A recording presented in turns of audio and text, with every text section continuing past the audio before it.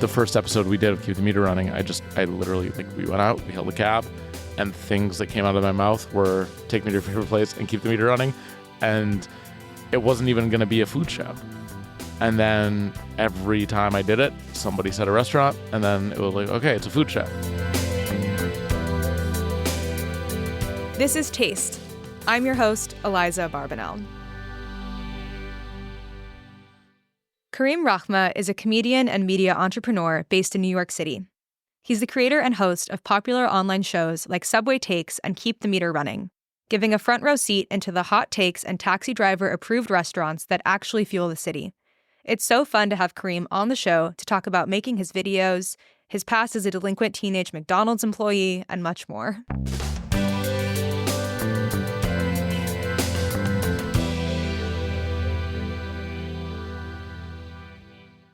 Kareem Rahma, this is Taste. Thank you for coming on the podcast.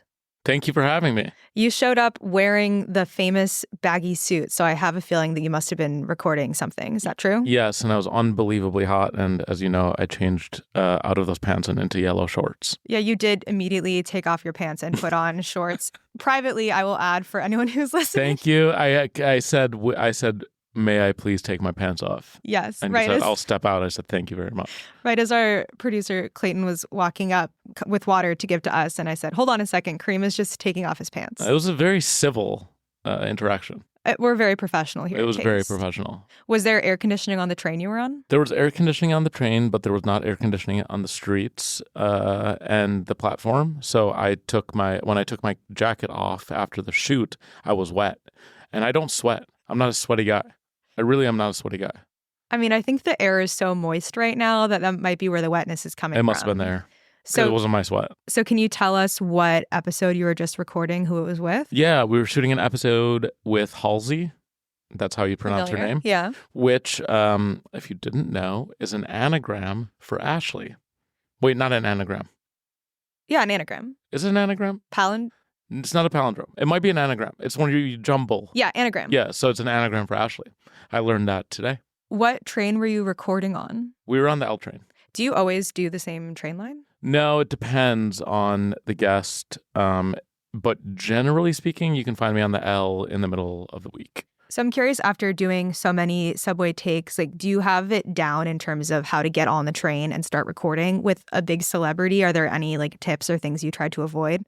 Just honestly, it's so funny. It's like the more obvious you are, the less people bother you because they're just like, that can't be a famous celebrity.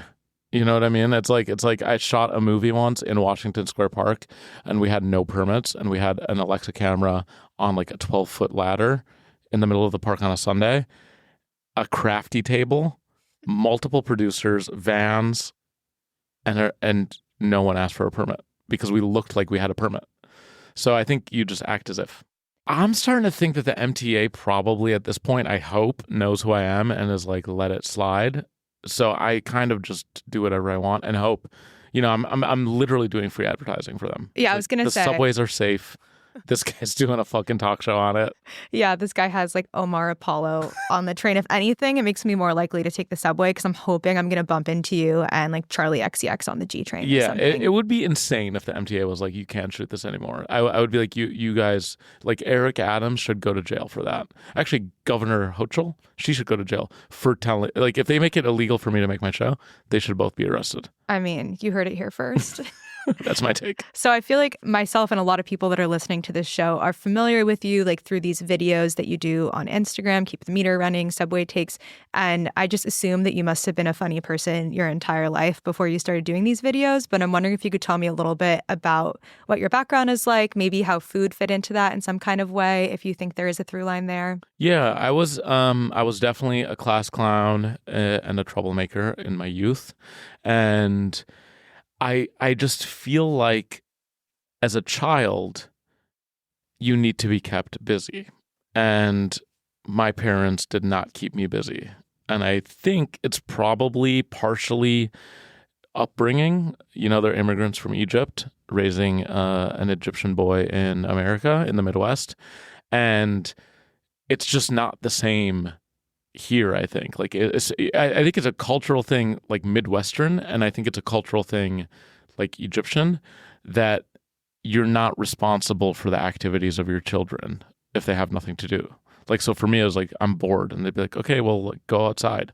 That's not good. That's not enough. Like, going outside is not enough. And then here, like, my friends are raising kids and they're like, oh, well, we got to go to like blah, blah, blah's birthday party. And then after that, XYZ has softball practice. And then after that, there's another birthday party. And then we're all doing family dinner. And then we're like taking the kid and dropping off at day camp or night camp. There's like group music classes that people take their kids to. Yeah. And I think, you know, for me, it was like school's out for summer, complete and utter freedom, which is awesome for maybe a week. And then it's just the dog days of summer for 3 months. So I got into quite a bit of trouble, but the trouble was always, it was harmless. It was like not sinister. Like I wasn't a sinister, you know, there's like sinister children. You were like a pranky kind of person. Yeah, I was like, it was all in harmless fun. And it was because it was driven by boredom, not by the desire to like wreak havoc on my neighbors. But like, for instance, at one point I did break into my neighbor's house and I did accidentally let their dog free and they were at work. And I was very sorry for that. I don't remember those neighbors' names. But at another, you know, as I grew up, it did become a little more mischievous but I did it with the child neighbor. Together, we broke into his parents' house. And then we put his parents' dildo on the dining room table. And then his parents came home. And we were there laughing. I just think your friend didn't think that one through because you got to go home afterwards and then they had to sit with the impact of that. It's not as bad as the time that we stole the neighbor's car when none of us had licenses. And then we got busted because they were away. And we drove the stolen car back to the garage, like to their house, and the lights were on. And we're like, oh my God, they came home from the trip early. Classic, like movie style shit. And so being the genius 15-year-olds we were, we just decided to leave the car at the end of the block so that they would find it the next day and not think it was like properly stolen. And then in the morning, I woke up with my dad in my bedroom with a police officer asking me questions. And of course, I denied any involvement whatsoever in the stolen car. After the police officer left, I told my dad, it was me. He was not happy. And he made me go over to the neighbor's house and apologize. But yeah, that's what happens if you don't put your kid into some sort of program of such. I mean, I'm picturing that 70s show kind of as this ecosystem that you're being raised in, just in terms of like kids in the Midwest getting up to trouble and then some beleaguered parent trying to get them back on the straight and narrow. Yeah. And it was harmless though. There's no like cocaine and like drugs, and I was just a bored kid. And even the food, like my mom would cook this amazing Egyptian cuisine, and I would be like, I want ramen noodles out of a packet. Like I want something new. Mm-hmm. And it was a constant like desire to try new things. And so when I grew up, like I exploded because I had so many things I wanted to do. And I always talk about how now I'm living my 20s in my 30s, and I lived my 30s in my 20s. Like I was very responsible as a 20-year-old, and now as a 30-year-old, I'm still responsible, but I'm like doing whatever I want at all times. I used to have this thing that like my hobby is having hobbies because nothing would stick. So it would be like, what are you doing this weekend? I'm like, I'm playing handball. And then like 2 weeks later, what are you doing? I'm playing racquetball. And then 2 weeks later, what are you doing? I'm taking tennis lessons. This is an adult. Yeah. Meanwhile, the guy at like Dick's Sporting Goods is like, this guy keeps on coming back and trading in rackets. They don't take trades. They don't take trades. You got to buy them.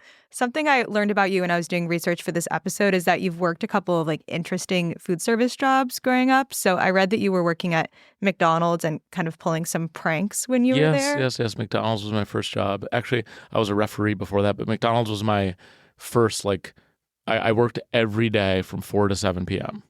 because I wasn't in sports or classes. Like I was just like, might as well get a job. My mom did not want me to get a job, but I really wanted a job because I wanted to buy a car. And so at age 14, I got a job at McDonald's. I made $5.05 an hour. I worked every day from 4 p.m. to 7 p.m. I saved up $2,000. I bought a car on my 16th birthday with my own money. That job, though, was very fun. Like, I actually had a good time because I was 14. So like I was getting these $40 checks and I'm like, I'm the richest person in the world. Right. I'm literally rich. And it was like something to do. It was fun. I bought like a fucking cool like red scooter, like a Vespa, because you can drive a Vespa when you're 15.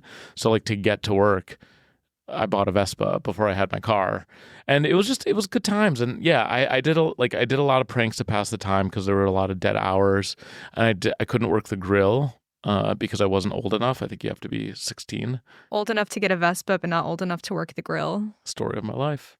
Couldn't work the grill, so I volunteered to work the drive-through. And in the specific location that I worked at, there was something called the Shack, which was not attached to the building, and that's where people would pay for their order. So they would drive up to the sign, then they would pull up to the Shack, and then they would go pull up to the store where they got their food. And I liked being in the Shack because I could just like hang out, listen to music. The other thing that I had to do in the Shack was put toys in Happy Meal boxes. But it was a vibe, man. I was just hanging out in that little room alone. Didn't have to get all greasy.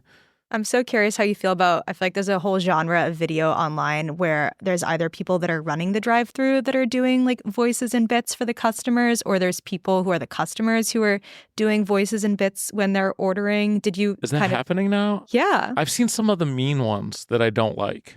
The mean ones, I'm never a fan of. I think like sometimes it's just people doing accents or voices that are really different than their appearance. That's so great. that when they drive around, there's this kind of moment of like, that was you. No, that's great. I love that. I used to do pranks. Like I would put like, well, they weren't as good. I would have gone viral on TikTok had it been around. I would like put pornography on the sign. Like I would tape it to the sign, and then people would drive up and they would be like, what in the goddamn hell is this? There's pornography on the sign. And I'd be like, oh, I'm so sorry, ma'am. Like, let me come out and like, take the pornography off the sign. Or I would like build snowmen in the lane where people had to drive. And I would just see how many people would go around the snowmen, surprising them out. Like at least 20 cars. And then some asshole would kill the snowman family. I was just passing the time, man. Like when I did work inside the store, I would do other pranks, like somebody would order like a Big Mac, and I would be like, okay. And then I would add a couple of extra patties of bread and meat so that it was really big. Like a club sandwich, kind of? More. Okay. Like five or six club. Like there's like 7 or 8 layers. And then I would put it all, like I would smash it down into the box. And then when they opened it, it would be like a Slinky and it would pop out. I thought that was so funny. How come nobody fired you? I was awesome. Yeah. I was not so The obvious answer. I also had I've never talked about this bad. This is a bad scam. This was a bad thing because I was getting paid $5.05 an hour. After a year of working there, I got a 10-cent raise. So I was making $5.15. I devised a scam. This is highly illegal. What's the statute of limitations on this? I think I'm well past it, right? Okay, great. Don't you think so? It's been 20 years. Yeah, we'll look into it. Well, I used to do this thing where I think it's harmless. It's a white-collar crime. It's a blue-collar, white-collar crime. It's a red ketchup on white-collar crime. It's exactly what it is. I would shortchange every customer 5 to 10 cents. And then I would keep track of it on a calculator in my pocket. And I would like every time somebody came, I would shortchange them 5 cents. I would put plus 5 on my calculator, plus 10, plus 15, plus 30, whatever. I would shortchange people all day long. And no one ever looked because I would give them the change and they would just put it in their pocket because no one's like going to be like, you shortchanged me a nickel. Mm-hmm. But then by the end of the day, I would be at like plus 20 or plus $30. And that's how you buy a car on $5.15 an hour. Harmless crime. That's a tax. It's just a tax. It's the tax for me to serve food. It's the Kareem tax. Another food job that I read that you had, I wanted to ask you about, was making mac and cheese on a stick at the state fair. Can we go back to the crimes? Yeah, I'm just trying to save you. Obviously. No, but are you impressed by how crafty a young man can be? Yeah, I'm really like picturing the image of you just stealthily pulling one of those old blocky calculators out of your pocket and adding plus 5 and then just kind of smiling to yourself and putting it away. Plus 0.05. Plus 0.05. Yeah, sorry. Let's make sure. I never stole a single crisp bill. No. It was always quarters or less. You were very responsible I for think a child a thief. Yeah, because I didn't want to get fired, and I also didn't want to be a thief. And I don't think that was thievery. No. I think that was attack. That was a strong word on my part. People do it all the time. I mean, in like banks. Who among us hasn't gone to Whole Foods and rung up nutritional yeast as polenta? Hey, who among us hasn't gone to Whole Foods and rung up the organic almond butter as regular almond butter? Yeah. The macaroni and cheese on the stick, awesome times. I worked at the Minnesota State Fair, which is the largest state fair in the nation. It's fire. A lot of interesting bodies there. That's what I call them. Just a lot of interesting bodies. All sorts of weird bodies. Did you eat like crazy fair food? Oh, it is a celebration Mm-hmm. of tastes, and it's often if you follow State Fair news, you'll see that the Minnesota State Fair has a history of coming up with really interesting programs. And I was lucky enough to be involved in my friend's bar. His father owned a bar called Bogey's, and one year he was like, "I'm going to make macaroni and cheese on a stick at the State Fair." I said, "That sounds awesome. How are you going to put the macaroni and the cheese on the stick?" They like deep fried it. And so my job was to take the chunks of macaroni and cheese and put those chunks on the stick, and then put the sticks into a box. And every box contained probably 40 to 50 sticks. And that was my job. That was awesome. I probably made $50 a day. And how many macaroni and cheeses did you slip into your pocket on the side? Sorry to the Brennan family who used to own Bogies, but I did take at least one box for myself of macaroni and cheese on stick. I mean, I think if your body can survive that much mac and cheese, you honestly deserve to have it. I don't know if I took it or if they gave it to me. So, and I shared it though. Like I'm always about share. Like I'm a Robin Hood. Robin Hood. I was a Robin Hood back then. It's not like I took the macaroni and cheese on a stick all for myself. I was all about the people. So I took it to the streets of the Taco Bell parking lot where we used to hang out every day from 8 p.m. to midnight, and I shared the wealth.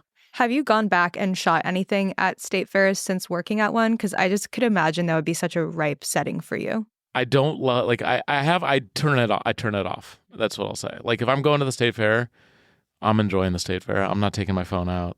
I might snap a picture here and there for memories, but I like to turn off the content brain, the content machine every once in a while. So, like, there are some off limits places. I think the state fair is one of them. What else? I was going to say churches, but I shot in a church. Mosques, but I shot in a mosque. Synagogue, shot in a synagogue. Library, shot in a library. Yeah. State fairs. That's your religion. Yeah. It's state fair. It's more about like who I'm with and what I'm doing. Like my hangout time is content free time. I'm living in the moment, as the old people say. Just no photos, just vibes. And I do it a lot. Like if I go to a concert, I don't take out my phone, and it's not even intentional. I actually have trained myself to like when I'm not working, I am simply hanging out. I'm simply vibing. So like 4th of July, no fireworks photos. Go upstate, 2 videos. And they're just like of a creek. Mm-hmm. It's not like me doing a bit. So I try to turn it off as often as I can because I do work a tremendous amount. Yeah, I respect that. I guess to have you talk about your work now, I want to hear about how you came up with this kind of TikTok, Instagram, multi-platform series. I guess Keep the Meter Running. You launched it in 2022. And for anyone who's listening who hasn't watched it before, definitely go watch it. Kareem jumps into taxi cabs around New York. You ask them to take you to their favorite spot to keep the meter running the whole time. And it's this really awesome slice of not only the kinds of people that are like literally keeping New York moving, but also the restaurants that they like to go to. How did you first develop that idea, and how has it changed over the past couple years? It came out of a really...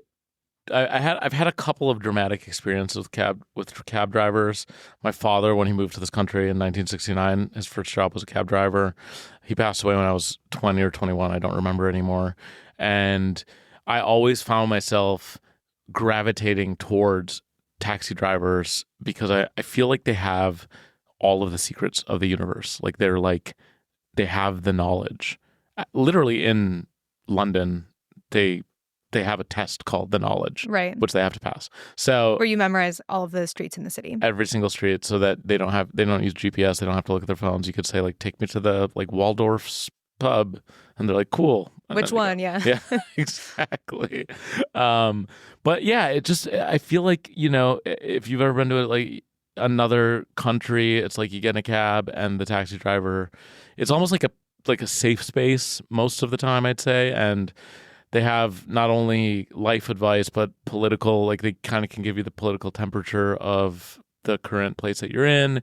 They definitely know some amazing local food spots. And it came out of like my interactions with several cab drivers, but there was one in particular where I was going over the Williamsburg Bridge. I believe my heart was broken that night, and I was very sad. And essentially, the cab driver ended up turning into my therapist and just giving me like the pep talk that I really needed. And by the time we got to my house, I was like, "Hey, man, like, you want to keep like, hey, this is fun. Like, let's keep hanging out." He was like, "Yeah, but I'll have to keep the meter running." And I was like, "Don't have the money for that." But I like remember I like immediately took out my notes app and like wrote down, "Keep the meter running. Show where taxi drivers hang out." Hang out with you. The favorite place thing was just kind of coincidental. Like I generally, when I make a show, I develop it to 80 to 90% of the way. And then I just go out and do it. And that is where things kind of like stick. Right. And so like the first episode we did of Keep the Meter Running, I literally like, we went out, we held a cab, and things that came out of my mouth were take me to your favorite place and keep the meter running. And it wasn't even going to be a food show. And then every time I did it, somebody said a restaurant, and then it was like, okay, it's a food show. Every once in a while we do something else, but like generally speaking, it's a food show. So like it's become, it just naturally became this food driven kind of show. And I think that like, at least in New York City, the show is so fun because it feels like I'm traveling the world without ever leaving the city. Yeah, I totally agree. And that's partially because there's so many different kinds of people that drive cabs in the city. And obviously we have so many restaurants for all of those cuisines. I'm curious if you think there's like a kind of restaurant that you go to the most, or if it really is like so varied every time, you're never really going to know. Have you been back to any spots? I've been back like personally for fun. But you've never had a taxi driver take you to the same spot twice? No. There's a lot of like African food. Yeah. Like there's this place called Papaye, which is in the Bronx. I'd never had. I think it's West African. I don't remember if it was Ghanaian or is it Ghanaian or Senegalese. I don't remember. It's a West African place called Papaye, and it was so good. And I still think about it. It's some of the best food I've ever had, like the jollof rice, I forgot what this thing is called where you like, it's like a big ball of bread or something and you kind of like fufu. It's fufu. Yeah, it's pounded yam. Yeah, so fire. And like, I just never had that before. And yeah, here's the funny thing is I'm not an adventurous eater. And I also am a creature of habit. So this show has opened my world up to so many different cuisines and so many different spots.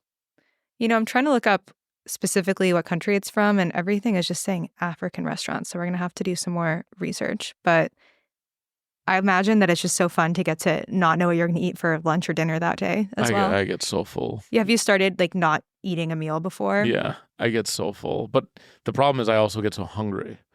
So like sometimes in the episode you can hear me say I'm so hungry. And it's the truth. I'm so hungry and then I eat and then I'm so full. Yeah. But yeah, it's so fun and it's honestly like that show is the joy of my life, and I feel like that if I could do that full time, that's what I would do. Like that would be my life. I would love for someone to buy that and have you do that full time. I'm curious if you think that the meal part opens up these taxi drivers to have different kinds of conversations with you, or just kind of shifts the tone of it at all compared to when you are first in the cab with them. 100%. I mean, it's like it's the breaking bread portion is it just you learn so much about a person when you're sitting at a table with them, and it like removes the barrier. I think it has something to do with the mouth. When you see into someone's mouth, It's very intimate. Like eating is embarrassing. Eating is like eating and sex are both embarrassing in my opinion. You're If you reduced think to your about body. them. Yeah. Like if I think about eating, I'm like, this is so stupid. It's so like dumb. It's like, it just makes you feel like you're just like an animal.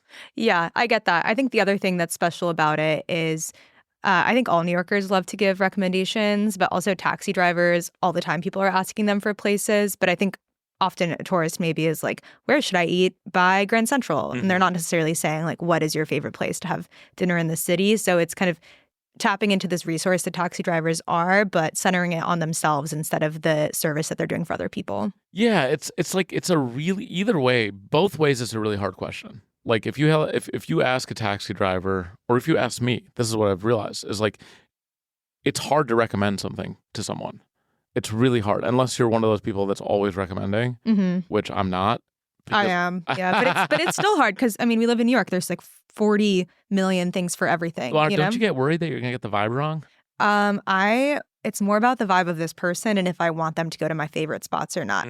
Sometimes I do like second tier recommendations. Wow, not for my friends. You're a gatekeeper. I mean, just a little bit, Oh, a vibe gatekeeper. I mean, I just feel like there are some places that are really special, and if someone's not going to get it, Name one. I can't. We're on air right now. Name one. No, come on, I can't. Give me one. I'll have to think on it. And come back to you. Here we go. You have to. I know. I'm sorry. It's my podcast. I'll pay. You'll pay? I'll pay. Hey guys, if you're listening right now, this one's on the house. I'm slipping a $100 bill. He's not doing it. I'm putting a $100 bill on the table right now, and I'm asking for the recommendation. Here's $100. You got to grease them. I know. Also, I grease with the taxi drivers. No. I mean, they get paid. They're fair, but right. like, I grease maitre d's all the time. Oh. Yeah, I think it's a lost art. Yeah. And how much are you doing? Like $100, $50. Really? $30. Where? Not gonna tell you. Okay. I'll tell you off air, please, and then we can. but if you want to become a regular, yeah, you got to have a good relationship with a maitre d, and part of that is being a nice, jovial, chummy customers who remembers details about the maitre d. Oh, how's your kid? I heard she's doing a play. Blah blah blah blah blah. But you always gotta grease them. It's a tip. Like it's a financial tip, not like this is a tip that I'm giving everyone, but like it is literally they're doing a job, and their job is to remember you and your preferences and to treat you like a regular. Yeah. So you got to tip them. I totally agree, and I have a note in my phone where I write down the names of Me people too. that work at places. Yeah. Me too. That's awesome. That's I didn't know if everyone does that. No, I told my sister because she moved somewhere and she wanted to become a regular at a restaurant near her. And I said, introduce yourself, ask everyone's names, and then write them down. And then the next time you return, use them. And even if they don't remember your name, they're going to think that they should because you've met before. And that's how you do it. That's a great tip. I do that too. While we're on the subject of tips, I feel like that's a good transition into Takes and your other show, Subway Takes, which is a great show on TikTok that you're actually developing into a longer series called Last Stop. I think the first episode dropped today. Yes, on YouTube, The Last Stop. The Last Stop. And this basically is where you interview kind of normal people, but a lot of like celebrities and more notable folks on their hot takes on the subway. How does the booking work for that? I imagine that you're like planning with Halsey in advance and you're not just bumping into her. Well, number one, the takes don't have to be hot. But they are. Everyone's like, oh, I got to think of a hot take. I'm like, it doesn't have to be hot. It could just be a take. But they're going to get like roasted in the comments if it's not a hot take, you know? No, but sometimes the takes, like they are not hot, but they become hot. Like, what's your take? My hot take? No, just your take. It doesn't have to be hot. Give me just a take. I just think some people should be quiet. Great take. Not hot, in my opinion. No, I think like most people would agree with that. You know? But no, they won't. Some people will be like, I disagree. Like everyone should be saying what they think all the time. Yeah. No, I think not everyone, including myself, even though I have a podcast, so clearly I like have a mic and I get to talk a lot, you know? You're in a position of power. Yes, for sure. The booking process, it's an interesting question, but like it is very vibe based. I take a lot of pride in programming the show, and I treat it like it's like a serious project. So it comes down to vibes, which is a very loose term. do I fuck with this person in some capacity? Do I like their output, whether that's music or just like friendship or like whatever, whatever they're putting out into the world, is it good? And then there's obvious like diversity: men, women, straight, gay, trans, black, white, Muslim, Jewish, Christian, Buddhist, etc. So it's like making sure that age is a big one, and that one's a tough one for me.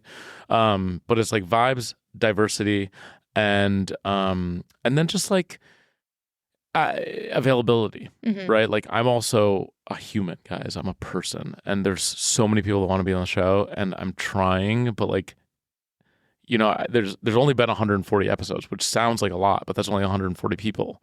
But how many people are in New York?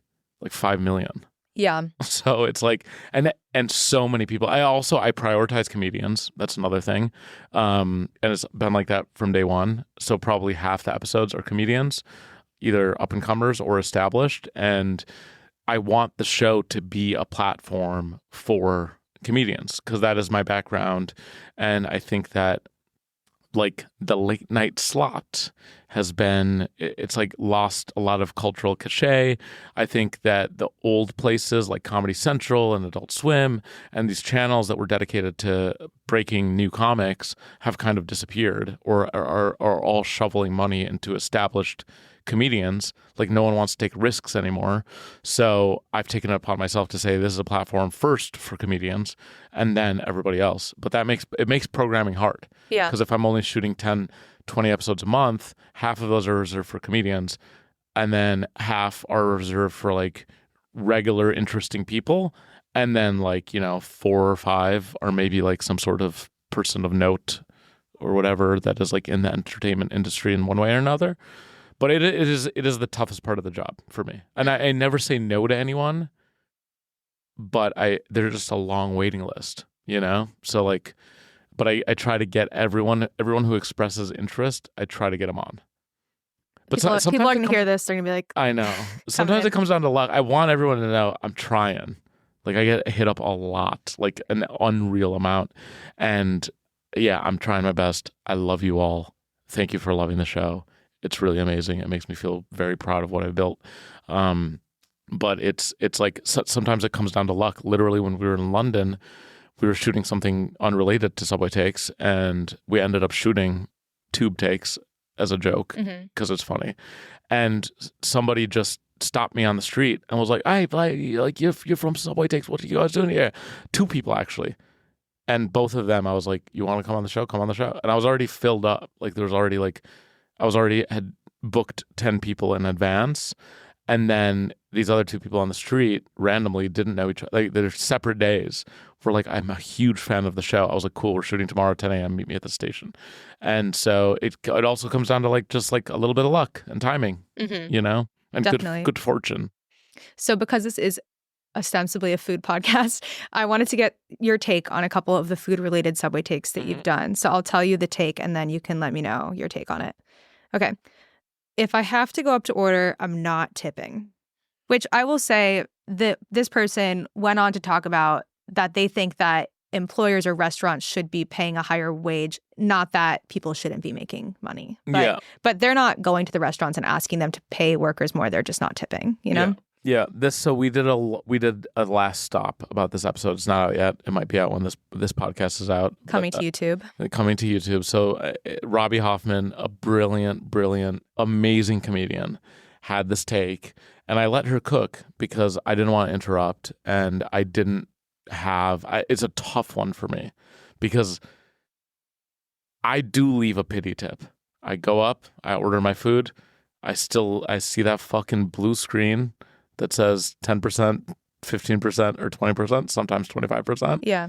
Or custom tip. And if at minimum, I do custom tip $1. And I think that's a cultural problem in America. And it does, like, if you really kind of like peel the layers of the onion of the take, it is the problem of not paying employees. It shouldn't be my responsibility to pay this person's rent because I'm paying for the food. Like I'm paying for the order. That money should go to paying the person who's giving me the order. And I had another one that's coming out soon, another person that said we should stop going to restaurants and bars that don't, and that was the take. And I said 100% disagree, because I love going out to restaurants and bars. And he's like, I'm a bartender. My bar that I work at gives health insurance to all of the employees. You should go to that bar, and you should stop going to any bars that don't offer benefits to their employees. So again, another interesting, like, it is a problem that that restaurant workers and bar workers get paid below minimum wage, and I don't know. It's something that is broken in the American system. So the purpose of Last Stop is that you make a little kind of panel of people to unpack that more. So for the Last Stop on tipping, I'm curious who you brought in to kind of debate on it. That was a hectic episode. Yeah. That was a really hectic episode. I brought on Millie Tamarez. Do you know her? She's a comedian, and she is definitely a socialist, I would say. I think, sorry, Millie, if you're listening to this, I believe you would call yourself a socialist, maybe even a communist, maybe. And then Bobby Condon, who is a great comedian, who I think he agreed. I don't even remember. This was like 3 months ago. But I mostly brought on people who either had an opinion on the take or had worked in the restaurant industry and had an opinion on the take. Yeah.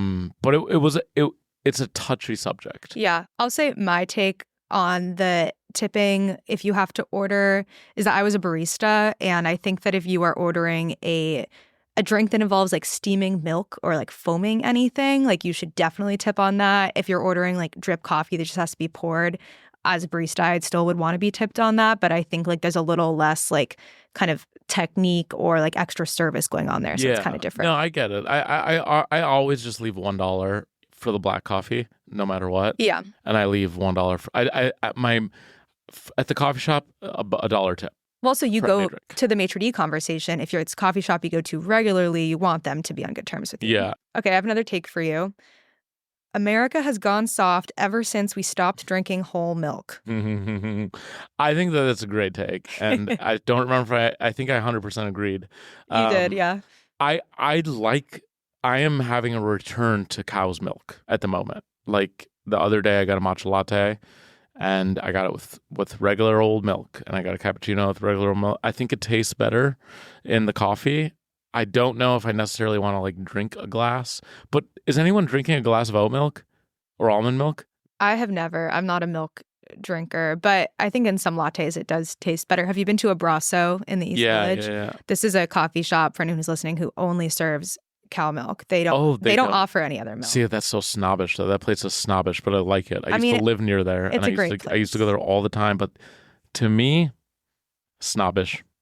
Yeah, I mean, some people just can't digest dairy, you know? Yeah, it's like, I don't know. I don't like limiting the options, but I do think that we should work to bring the dairy industry back. Is the dairy industry bad? I mean, it's a mass, like I think any industry at scale has problems, you know? I heard about this farm in Connecticut that they raise cows for chocolate. For milk for chocolate? Yes. That sounds very cute, honestly. And apparently there's some lady there that like sniffs the milk and knows which chocolate it should go to, because she's like, this will be good with this. Like, Kareem, I have to bring her on the podcast. I love that. I can. My eyes just lit up. I can get you the contact. Yeah, it's apparently a cow farm, a milk farm that only produces milk for chocolates. Okay, which I think is so fun. Okay, I love that. You should go visit. I will. One more food take for you. We need to normalize eating bread again. This is from someone who said that she got bad looks whenever she got the optional bread at Sweetgreen. Bread's fucking great. I think people do eat bread though. Like, I think this is a fallacy. No, there's an anti-carb movement in the United States. And I know we've all seen the memes, but like you go to Italy for 2 weeks, you eat all the carbs in the world and you lose weight. Right. Something's wrong with our bread here. It also doesn't taste as good, generally speaking. There is, obviously good bread and bad bread in terms of taste and flavors. But yeah, bread has it's like milk. It has a bad reputation. And I think we do got, like, I think sandwiches are having a resurgence. I made a really great BLT on Saturday, so I would agree with that. Good, but I don't eat pork bacon. Turkey bacon. It's not good. It's not good. I just do no bacon, unfortunately. Okay. Maybe I should start eating bacon. I mean, I don't Haram, want bro. to. Yeah, Haram. I can't get involved in that. You know. Any Muslim listeners, don't take my advice. Don't eat the bacon. I don't eat the bacon. I thought about eating the bacon. Don't sin on my behalf. So there's one more thing I wanted to ask you about that I was surprised by when I was doing my Kareem research, which is that you invented the Museum of Pizza. I did. This lore is coming back. I mean, it's a food podcast. I have to ask No, you. but this lore has been in the news lately. Oh, really? Yeah. I went on a podcast and I randomly told the story of the Museum of Pizza, and the person was like, "This is the best story I've ever heard," and I was like, "Really? I don't think it's that interesting at all." But apparently it is. But yeah, there was a moment in time when I was an entrepreneur, which I was. Anyways. It was 2018, and you 2018. decided that what the world needed was the Museum of Pizza. Why? I saw the success of the Museum of Ice Cream. Right. And I was like, I could do what? that. I was just like, what is the other best food? Like, pizza's even maybe arguably more popular than ice cream. And my twist on it was that the Museum of Ice Cream was simply a selfie museum. I was like, I'm going to make literally the MoMA. Yeah, you called it Mopey. Everyone thinks it's Mopai. No, Mopey. Mopey. And so what I did was I enlisted artists that I love to make works dedicated to pizza. Like there was a screening room with 5 films that were all pizza themed that people made for the museum. There was the world's largest collection of pizza boxes from around the world. But this guy, Scott Wiener, I think you would love him on the pod. Okay. He is still around. He does something called Scott's Pizza Tours, where he takes you on a pizza tour. It's really fun. You can do the walking tour or you can take the bus tour. Scott Wiener, he has a Guinness Book of World Record for most pizza boxes. And he has pizza boxes from Egypt and Tokyo and so cool. Switzerland and New York from the 70s. He has all these amazing pizza. We put them behind plexiglass. So there was a gallery. It was like a room. It was like an art gallery. So my twist on it was you can take some pictures, but this is an art-led museum. More serious than you expect it to be. It's still about pizza. Yeah. So it's it can't be that serious. But there was an exhibit called The History of Pizza, which was an interactive. This is the craziest thing. I made a hologram of Scott to welcome people into the museum. Remember that Jurassic Park, that little guy? Mm-hmm. He was like that. And he was like, "Welcome to the Museum of Pizza. Here's the history." And it was all illustrated. I mean, I spent so much money on this thing. And I thought it was awesome. But the opening of it as a guy who was like, "I'm going to self-produce it." There was I think there was 60,000 tickets sold or something, or 100,000. I don't remember anymore. I have to check. I saw 250,000. Is that possible? Maybe $250,000 total minimum. Yeah. No. It was less. It was less than that. It was not 250,000. Okay, either I have 25,000 or 250,000. It's not 250. Okay. It might have been 25,000. Somewhere it might have between. been 50,000. I don't remember, but it was really. And I also promised every single person that walked through the museum a free slice of pizza at the end. And you know why I did that? Because I thought it sounded cool. Logistically speaking, nightmare. Very nearly impossible. I resorted to hiring drivers on Craigslist, renting cars from Hertz, closing down one of the Williamsburg pizza locations, and essentially having 2 drivers going back and forth, maybe 3 drivers, picking up pizzas, bringing them to the museum, reheating the pizzas in a pizza oven that I bought specifically for this event. And everyone got more than one slice because I had so much fucking pizza. And I paid for all those pizzas. It was awesome. It was crazy. But there were so many things that could have gone wrong. Yeah. And there were so many things that did go wrong. It went smoothly. Everyone got a slice. And I lost a ton of money. I was going to ask, did you make any money on this? No, It seems like no. There was promising. It was promising until 15 days before the museum was supposed to open. The landlord ghosted me of the original location, which was printed on the tickets. And that's when everything fell apart. So everything was great until this guy until it was I lost my location, I lost my space, ran off with a $20,000 security deposit, and I had to rush to find a space. But in order to rush to find a space, I had to re-permit everything. I had to build like 200 square feet of walls because I got the original space had walls to hang the art on and to like make a maze kind of. The new place had 0 walls. So I had to build all these walls, temporary walls. And so all the profits that I would have netted essentially disappeared and then some more. But my only goal at that point was to like get it up and running and to deliver on the event. I didn't care anymore about making money or losing money. I was just like, my reputation's on the line. I have a pretty good reputation. I've never fucked anyone in my life except for those people at McDonald's. Let's keep that clean, you know? Mm-hmm. So 6 years later, would you reboot the Museum of Pizza? No. Hard no. Hard no. Not even, I literally don't even have anything to say after that.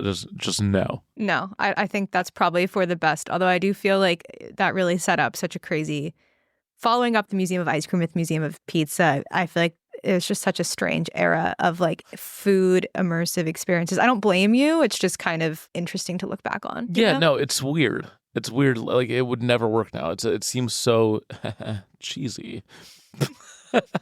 But you know, like it's like this manufacture. It was a moment that we had, like collective psychosis, right? Where we were like, we need pics for Instagram, and it was a collective moment of like literal tragedy that we all went through. Okay, so I want to close the episode today with doing a little lightning round with you because your shows are so much about the city of New York. They're all kind of New York related questions. Toughie. And I'll just give you a category and you'll tell me the first answer that comes into your head. Okay, my palms are sweating. Okay. Favorite neighborhood in New York? Windsor Terrace. No, Park Slope. No. Lower Manhattan. Let's just do the whole Lower Manhattan. Okay. The worst subway line in New York? Oh, God. The ones that I never take. Yeah. The best subway line in New York? I fuck with the JMZ. Yeah. The L also, the trains run so frequently, you know? There's something special about that. The L train has traumatized me. Yeah, yeah. Your favorite special occasion restaurant in New York? Bamonte. Your favorite low-key restaurant? Bamonte. Your favorite bar? Ooh. I like going to dives. Mm-hmm. I like exploring new dives. So, what's my favorite dive? Oh my God, this is so hard. I know. I like Coyote Club in Bed-Stuy. Me too. Your favorite bakery in New York? Oh my goodness, this is so difficult. Is it this difficult with everyone? 50-50. Levain. Whoa. Do you really think that? I don't know. Okay. I'm so sad. Your favorite place to sad. Take a visitor in New York? I don't have, you know what I realized? I don't have any favorite places. I literally. You just vibe. I cruise. I'm on cruise control. Yesterday I ate Chipotle because I was hungry. What was your order? You don't remember? Burrito bowl, half chicken, half steak with all the sauces. Hot, mild, medium, sour cream, cheese, lettuce, guacamole, fully loaded. Wow. Corn, everything. Okay, I was going to ask you one more New York question, but if you're feeling traumatized, we can just end No, I'm not traumatized. What was the other one? My last one for you? No, the one before that. Your favorite bakery, Okay, that one I don't know. No, it's okay. I don't have an answer for that one. And then the one after that was Where Would I Take Someone? Yeah. Balthazar. Okay. My last one is a now closed New York City place that you wish you could revive. Sidewalk Cafe. Great answer. I will link to all the things we talked about in the show notes, and I hope to see you on the L train soon. Thank you so much for having me.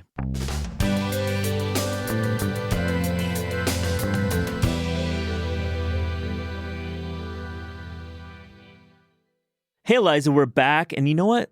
We're going to talk about the farmers market. How about that? You grew up in Southern California, and I'm sure your relationship with farmers markets is different. Growing up in Michigan and living in New York, we get them May through, I would say, mid-September. What about you? You got them year-round, right? Yeah, they're definitely year-round. There's definitely just always strawberries, things like that. I have this fun relationship with my mom where I text her when I finally get cherries or stone fruit or something. And she says, so beautiful. We've had them since March. And it just, breaks my heart a little bit. But I do think that as someone who moved to a more seasonal place, there is something kind of special about going to the market every week, waiting for something that you want, like tomatoes, to arrive. I'm always asking the farmers, like, how long they think something's going to be available for, when they think the next thing is going to come. And I think, especially in summer when everything can kind of bleed together, it's a nice demarcation of time. Yeah, it makes you feel like you're really getting into the real summertime months. What do you have a favorite New York farmers market? Yeah, I feel complicated about them. I live close to the Fort Greene one, so I go there most Saturdays. I love to kind of see a lot of my neighbors and just pick up a couple of things and make lunch. But I do think that market is behind. Like my friend Dominique, who goes to Prospect Park Farmers Market, Grand Army, I think gets things a full 2 weeks before the Fort Greene one. Wow, really? I don't know why. I don't know if it's just one farm that gets things early that happens to be there or what's happening. The Union Square one is awesome. When I lived in Manhattan, I would go there. And I still, if I have a free Wednesday or Friday, will go there sometimes. I just went to do a little shopping trip for my friend Pearl Jones, who's a food stylist, which was very funny because I was in the market taking photos of tomatoes and sending them to her for approval, which I normally would just be empowered to buy my own tomatoes, but she needed them for a very specific shot. So I was like one of those food people in the market. That's how the work gets done here. Yeah.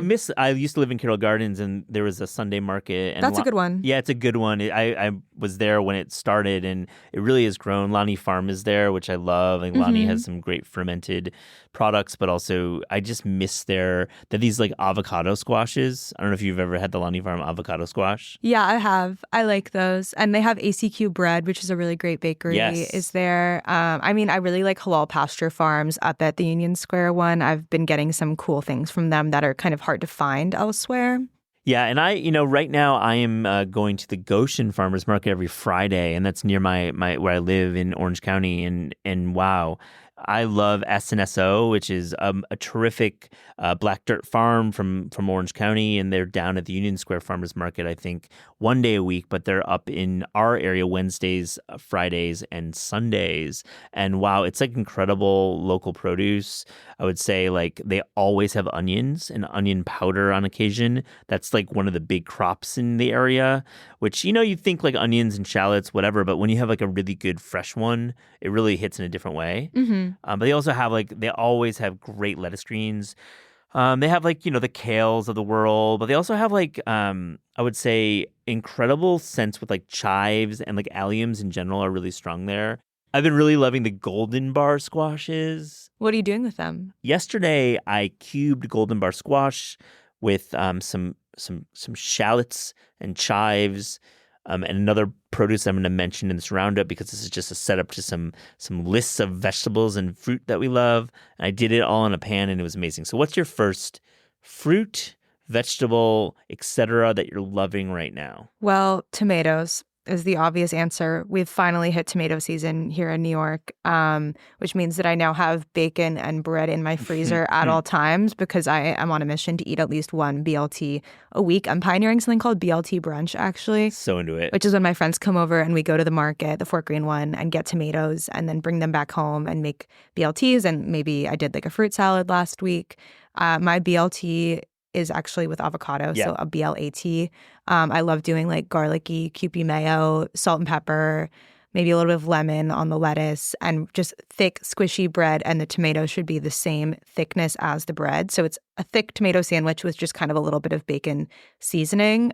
So good. BLAT for life. I'm all about that one. Yes. What is your produce you want to shout out? Well, I'm going to shout out peaches because they're really good this year. And there's been years, and I don't know how the climate and science works, so don't quote me, but we've had drier springs and the peaches weren't good, but we had a very wet spring around here, and the peaches are really nice local peaches.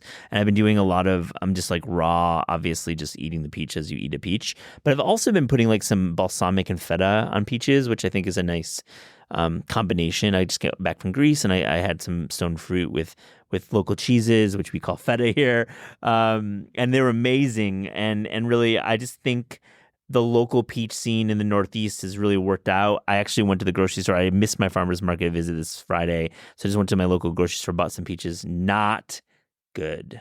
Ugh. Those are like the grocery Such a store. bummer. Like a bad peach is heartbreaking because a good peach is so spectacular. I know, like the mealy peach is the worst, and it's like peach is a beautiful fruit because it's both texture and acidity balance, right? So like you want to have like obviously the flesh of it needs to be tight. It can't be too mushy, but then you want to when you bite in, you want flavor. It can't be dull. It has to have sweetness and acidity and have that peachiness to it. That's why it's so hard to find a good one, I feel. Mm-hmm. What's your next produce to shout out? Have you had lemon cucumber before?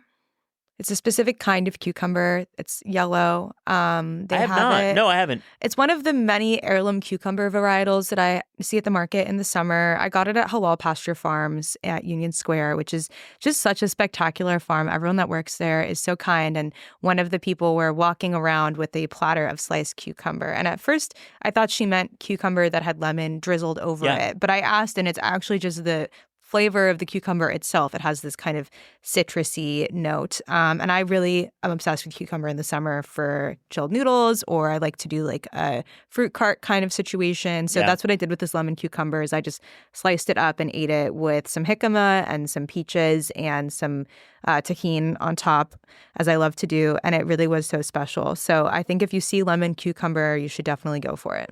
Wow. I never would have thought that combination would have worked, but it sounds amazing. Jicama and cucumber. Yeah, I mean, I did not invent it. I think if you're in LA or in Mexico, that's like a pretty standard fruit cart option. I don't know why here in New York, the jicama is much harder to find. So I feel like that's less common. But peaches you'll find. Yeah, and it's really crisp and refreshing and delicious. So good. Nice call there. What's your next one? I was sent from Row 7 Seed Company, which is the brainchild of Dan Barber of Blue Hill. I was sent sweet garlic. I've heard about the garlic. Yeah, I had a moment. I was on the mailing list. I think a few other my colleagues in food media got it too. So we were all like blown away by it. But they sent it to us and it was good stuff. So I have to shout it out. It's really, really great. It's kind of got the sweetness of leeks with the mellow, savory notes of garlic. And really, I was sent like 2 full bunches plus some seeds, which my wife Tamara is going to grow. I actually made some fried rice with it, which was amazing. One day, and I mixed it up with some squash, and that was a beautiful thing because it really is. You can eat the whole. You can eat even like the end of it, which on a leek you would never really eat. Here they've like figured out a way to make that actually tender enough when cooked. And then my other preparation, I roasted them.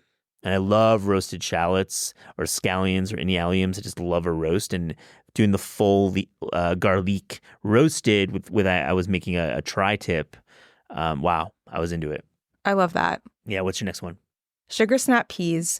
Yes. I love them so much. I used to eat them just by themselves as a kid in my lunches as a snack, and I still like eating them raw. But these days I find that I like to kind of slice them on the diagonal really thin in a salad. I've been really having a hard time eating when it's really hot out here in the city.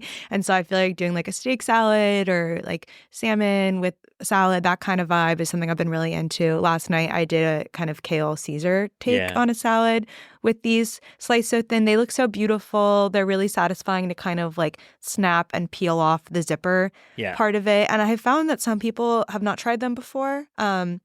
Wait, who are these people who've never had a sugar Just like snap my pea? friends that live in my neighborhood. If you see me in Fort Greene, like I'm just kind of giving people small amounts of the produce that I buy at the farmer's market. And I bumped into a friend of my girlfriend's who had never had a sugar snap pea before. And when I offered him one, he said no. And I said, no, like, wait, we haven't try this. And I zippered it off for him and gave it to him. And he was surprised by how sweet and crunchy they could be. So I guess sugar snap peas is my other like soapbox moment for I today. love, and the calling it the zipper is such a good term because you got to get rid of that zipper. I think a lot of people, or not a lot, but some people forget to do that, and it can't digest that little bit. No, you can't digest it. And I think there is something kind of satisfying about knowing how to butcher a vegetable in the same way that you would butcher meat, like doing that little bit of processing, especially like when I get home from the market, I kind of just like sit down and power through the whole thing just so that I can eat them whenever I want. And I think like there's a lot to be said for just knocking it out. I'm the same way. When I come back in the farmer's market, I have like a washing, drying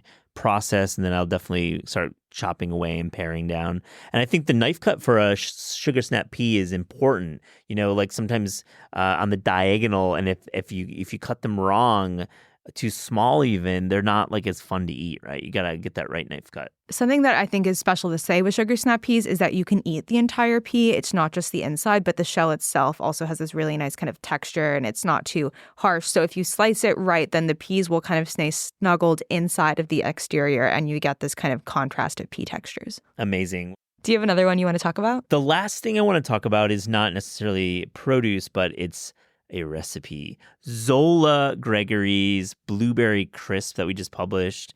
It is a great reason to go to the farmer's market, buy any kind of the berries. You can get strawberries, you can get blueberries, you can get stone fruit, like peaches and nectarines. You can even do it with plums. And I love this recipe. I'm linking to the show notes. It's a really pared down technique. You edited it with her. What's your takeaway from this great summer farmer's market produce crisp? So Zola calls it an any fruit crisp, which I think is really cool and helpful because I'm someone who just buys my fruit to eat it. But then, maybe it's not as good as I want it to be, or I'm out of town for a couple days. It needs to be used up. I think like the crisp is kind of the ultimate throw your goodies into a pan and make a delicious dessert out of it. Also so good with ice cream. Yeah. And I think that's what's special about her recipes. She talks about how to maybe accommodate for fruit that's juicier or that's less sweet and how to kind of make a full balanced dessert out of it. Love it. Well, thanks for sharing your produce picks, Eliza. This is Taste is hosted by Matt Rodbard and me, Eliza Abarbanel. The show is produced by Shalia Harris and Pat Stango and edited by Clayton Gumbert. Theme music by Steve Rydell. Visit Taste online at tastecooking.com and make sure to subscribe to our newsletter for updates on all cool things happening.